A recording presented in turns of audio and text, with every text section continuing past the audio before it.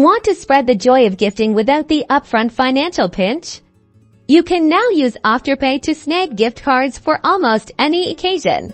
First things first, open your Afterpay app or head to their website. You'll want to tap on the search bar at the top. In the search bar, type in gift card. This will bring up a list of retailers that allow you to purchase gift cards using Afterpay. Browse through the available retailers. You'll find popular options like Amazon, Sephora, and Target, but the selection can vary.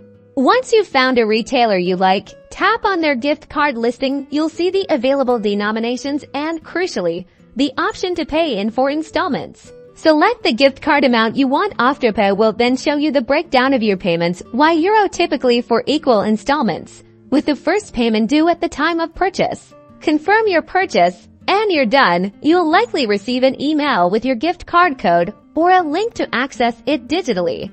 It's important to note that while Afterpay offers this flexibility, there might be a limit on the total value of gift cards you can purchase in a single transaction or over a period. Always check the specific retailer's terms within the Afterpay platform.